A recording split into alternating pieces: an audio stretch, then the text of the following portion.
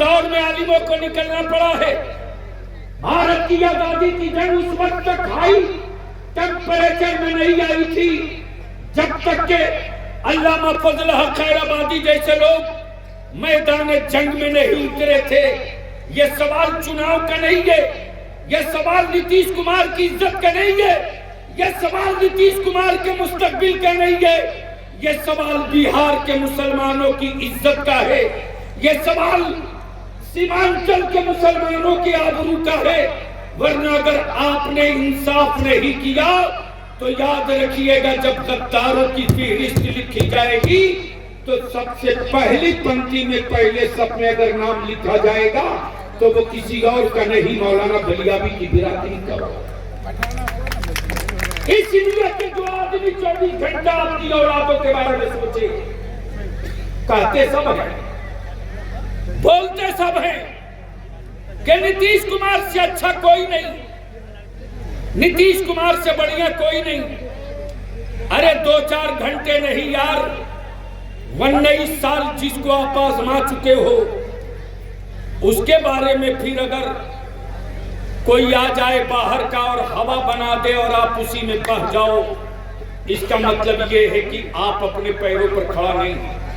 बताइए, यही विजेंद्र बाबू है, यही विजेंद्र बाबू है जो हेलीकॉप्टर से आए और आकर बैठ गए और 224 एकड़ जमीन अलीगढ़ यूनिवर्सिटी के लिए बिहार सरकार के खजाने से दी।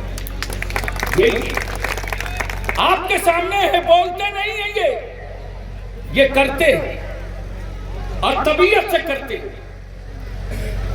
बता दीजिए क्या हुआ?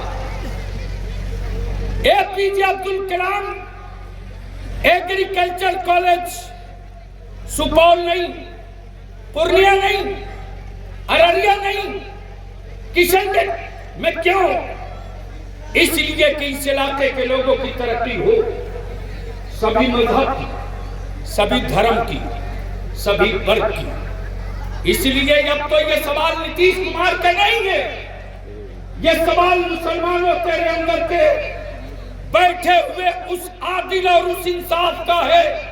अगर 2024 में आपने तीर पर बटन दबाकर भरोसा जगा दिया तो याद रखिएगा, पूरे भारत में बिहार का मैसेज एक जाएगा कि मुसलमान गुनहगार हो सकता है, अपने वतन का कभी गद्दार नहीं हो सकता, अपनी कंट्री का कभी बेवफा नहीं। ज्यादा कुछ नहीं बोलते। 2025 बताओ ना मेरा भाई, कौन मैंने जीता? औलादे आपकी एक्सीडेंट कर मुंबई में लाश लावे मुजाहिद,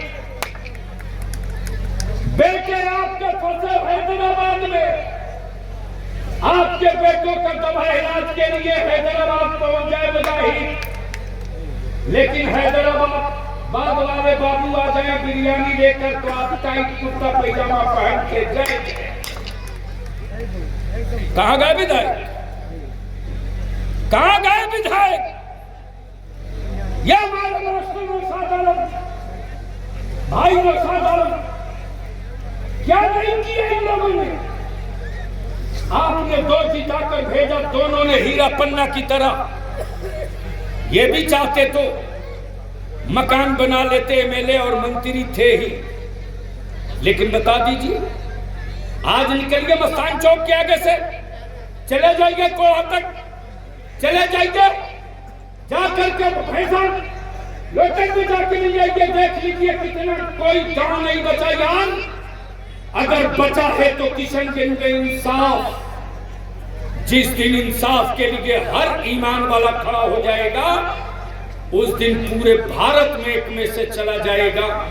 सवाल नीतीश कुमार का नहीं है, सवाल मेरी वफादारियों का। इसलिए बहुत कुछ नहीं कहते हुए मैं आपसे एक मर्तबा पूछ लूं कि क्या इरादा है आने वाले दिनों में आपका? आप बदलिएगा या जैसे हैं वैसे ही रहिएगा? अरे कुछ तो बोलिए, क्या 2025 में तीर चलेगा कि नहीं चलेगा? अरे जोर से बोलो, तीर चलेगा कि नहीं चलेगा? तो बलियाबी एक बात तो कल से ठान लिया, एक बात 2025 फिर से नीतीश,